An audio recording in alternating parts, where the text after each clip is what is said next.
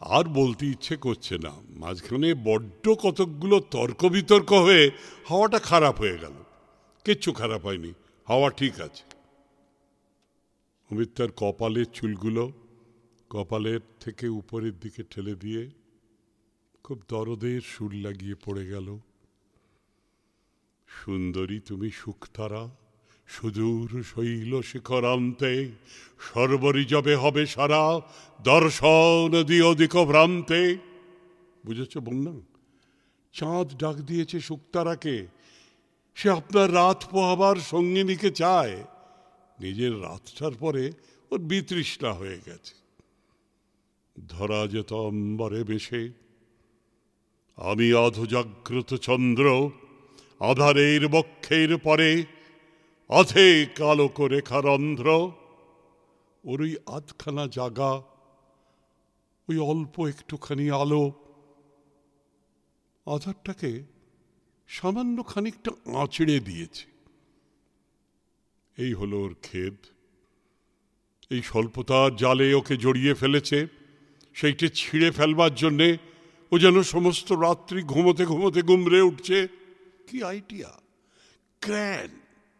আমার আসনে রাখে পেতে, নিদ্রা গহন মহাশূন্য, তন্ত্রী বাজাই স্বপনেতে, তন্দ্রাই সাত করে ক্ষুণ্ণ।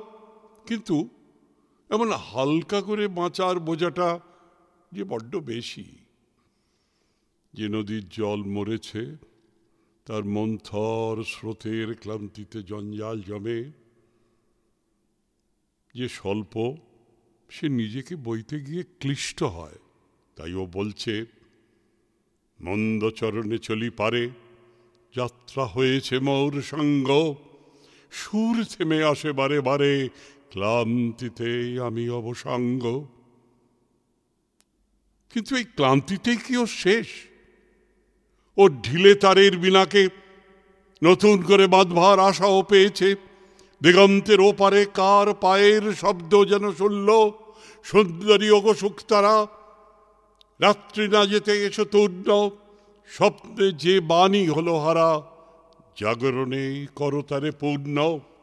উদ্ধারের আশা আছে।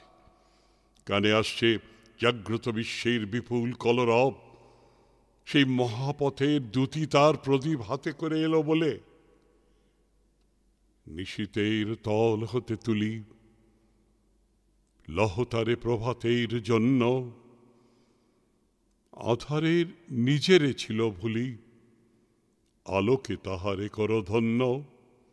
যেখানে সুপ্তি হল লীলা, যেথা বিশ্বের মহামন্দ্র, অর্পিনু সেথা মৌর বিনা, আমি আধো জাগ্রত চন্দ্র।